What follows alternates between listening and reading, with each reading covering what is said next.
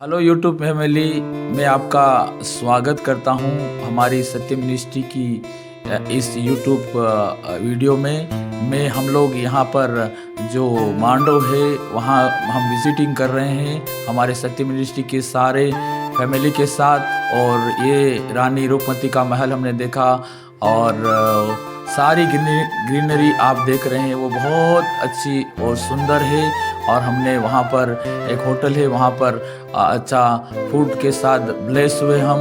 और हम ये आशा करते हैं कि सारे हमारे यूट्यूब फैमिली भी उसको विजिट करें। मैं सबको थैंक यू बोलता हूँ। God bless you. आमीन।